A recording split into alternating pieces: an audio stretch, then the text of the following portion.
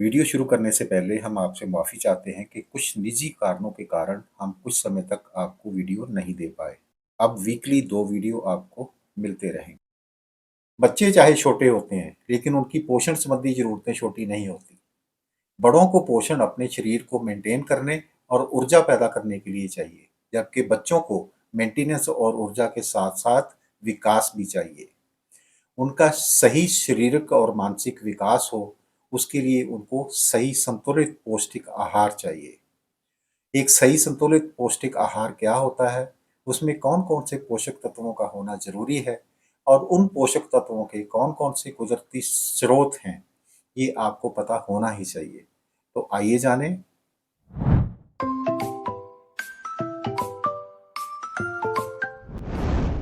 दोस्तों सत श्री अकाल, नमस्कार। आज हम बात करने वाले हैं बच्चों के संतुलित आहार की। आहार को संतुलित करने के लिए अलग-अलग तरह के पोषक तत्वों को 6 कैटेगरी में बाँटा जाता है और इन 6 कैटेगरी को मुख्य रूप में 3 भागों में बाँटा गया है। पहला है मैक्रोन्यूट्रिएंट्स, जिनमें 3 तरह के पोषक तत्व आते हैं। पहला है कार्बोहाइड्रेट्स, दूसरा है प्रोटीन और तीसरा है फैट्स यानी कि वसा। दूसरा भाग है माइक्रोन्यूट्रिएंट्स, जिसमें आते हैं विटामिन्स और मिनरल्स। और तीसरा पार्ट है फाइटोन्यूट्रिएंट्स। तो सबसे पहले बात करेंगे मैक्रोन्यूट्रिएंट्स की। तो मैक्रोन्यूट्रिएंट्स का पहला भाग है कार्बोहाइड्रेट्स। कार्बोहाइड्रेट्स को ऊर्जा पैदा करने वाले पोषक तत्व के रूप में जाना जाता है। ये एक तरह से ईंधन की तरह काम करता है और शरीर में ऊर्जा पैदा करता है। जिस तरह से गाड़ी को चलने के लिए पेट्रोल या डीजल की जरूरत होती है, उसी तरह से शरीर को चलने के लिए कैलोरीज की जरूरत होती है और यही कार्बोहाइड्रेट्स शरीर में जाकर के टूट करके कैलोरीज के रूप में परिवर्तित होते हैं, जिनसे शरीर को ऊर्जा मिलती है। बच्चे क्योंकि फिजिकली बहुत ज़्यादा एक्टिव होते हैं, दौड़ते भागते रहते हैं, इसलिए उनको ज़्यादा ऊर्जा की ज़रूरत होती है और उनके शरीर में ये ऊर्जा पैदा करने के लिए कार्बोहाइड्रेट्स का भोजन में होना बेहद ज़रूरी है। भोजन में कार्बोहाइड्रेट्स के कुदरती स्रोत हैं ज्वार, बाजरा, मक्की, चावल, गेहूं, रागी, कोदो, मिलेट्स आदि। इनको बच्चों के रोजाना भोजन में शामिल करना चाहिए।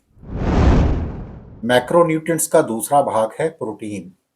प्रोटीन को शरीर का बिल्डिंग ब्लॉक कहा जाता है।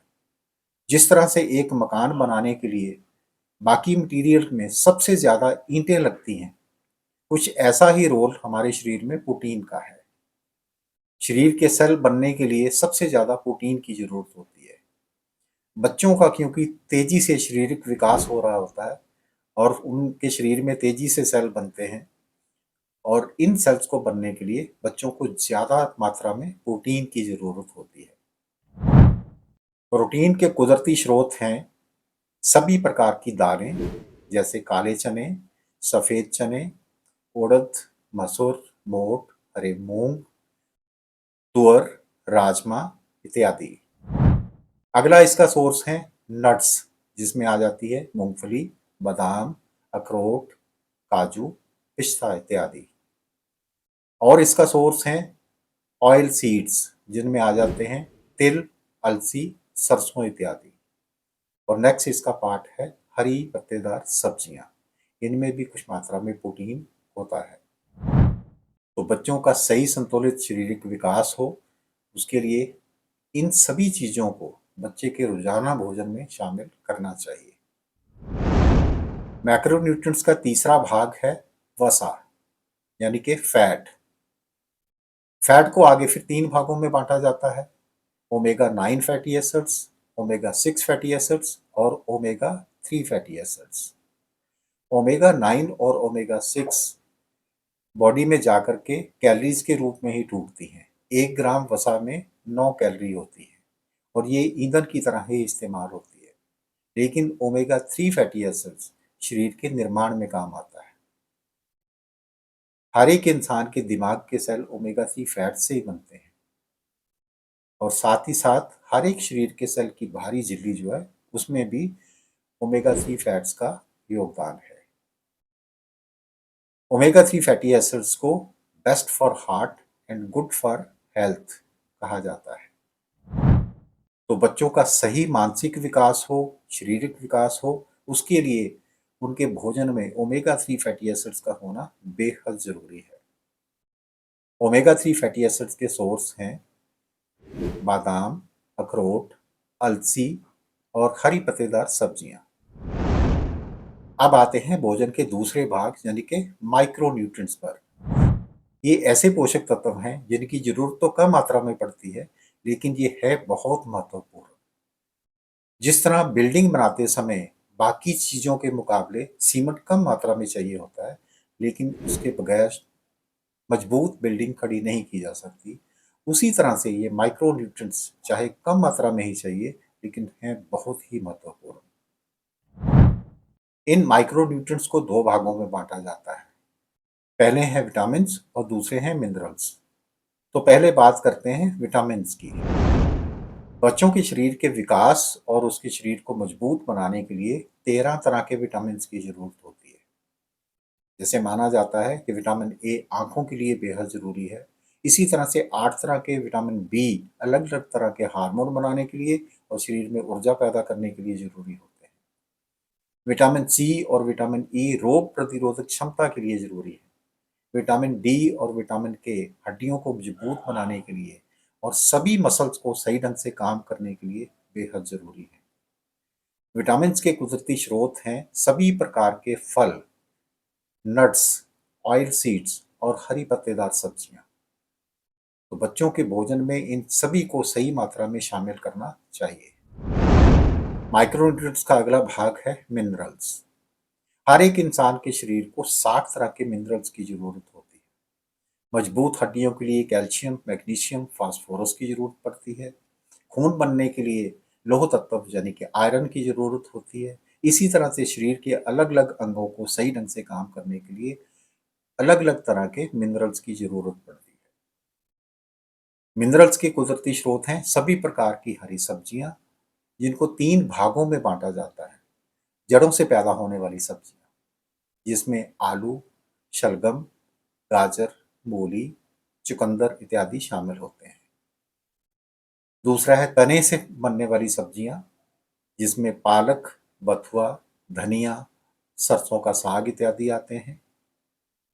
और तीसरा है फल के रूप में मिलने वाली सब्जियां, जिसमें गोभी, शिमला मिर्च, भिंडी, बैंगन, कद्दू, लौकी, करेला, तोरी, खीरा, टमाटर इत्यादि आते हैं।